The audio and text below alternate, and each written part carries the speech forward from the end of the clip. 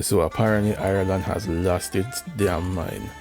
They want to put into place a piece of legislation that will go hard on quote unquote hate speech.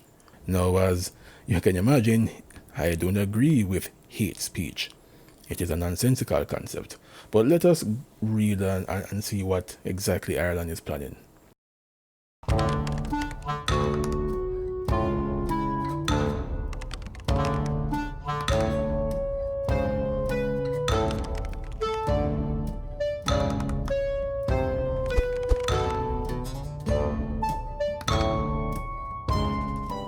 So, firstly, they're saying that hate speech and freedom of speech are two separate things, with hate speech being designed to shut people up and make them afraid. All right. However, the updated legislation will create laws to deal with hate crimes and make it an offense to deny or trivialize genocide and expand protections to include gender identity and disability. Well, if according to the new law, you can face up to 5 years in prison for hate crime. And this is whatever it considers intentional or reckless communication and behavior that is likely to incite violence or hatred. All right. So do these people not realize that this is, like the utopia in sci-fi, the concept of a utopia in sci-fi novels. It is a paradox. The only way you can have everyone living in harmony with each other is if you physically force them to do it. In which case, you need to remove their freedom, remove their free will, remove their freedom of thought, freedom of speech, freedom of expression.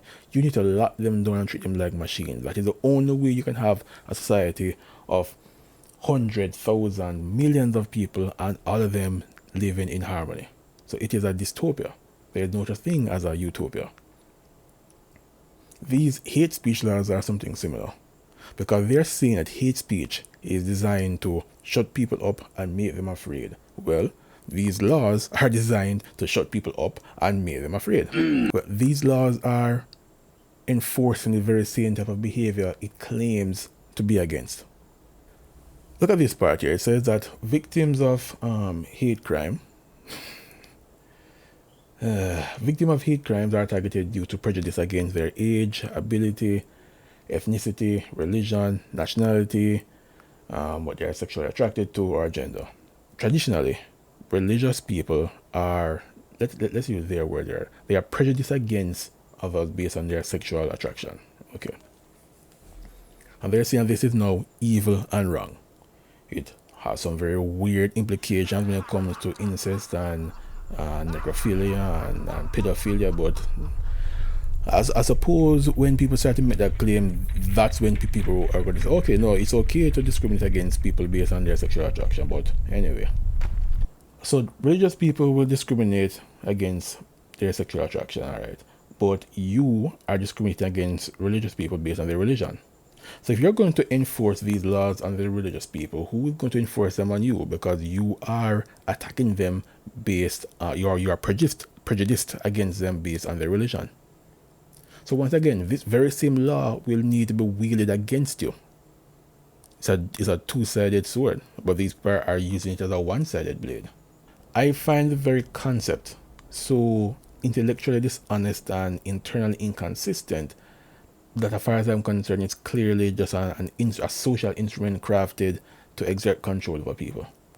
There is no way people with any amount of sense can look at this hate crime, hate speech thing and not see the glaring issues with it. So it must be deliberate. This cannot be ignorance or naivety. This must be deliberate. The people who often cite hate speech, right, and say, okay, hatred is bad, they will gladly tell you that they hate people who disagree with them. So they are supporting an idea that says hatred is bad, but yet they can openly show contempt and hatred for people who they disagree with, and that hatred is no longer bad. A crime committed out of hate, actual hatred, may or may not be a hate crime. It depends on the victim. These things are just ridiculous. And if hate speech is one designed to stir up anger, then every single progressive and leftist and ally and BLM supporter and alphabet supporter, all of those people are guilty of hate speech and hate crime 1,000 times over, because they use speech specifically designed to stir up anger around someone who they don't like, and to incite legions of soy boy lemmings to attack the person who they don't like. So as far as I'm concerned, this very concept of hate speech needs to be eradicated. It needs to be abolished. I do not see any benefit that can come from that concept, but I do see a lot of downsides.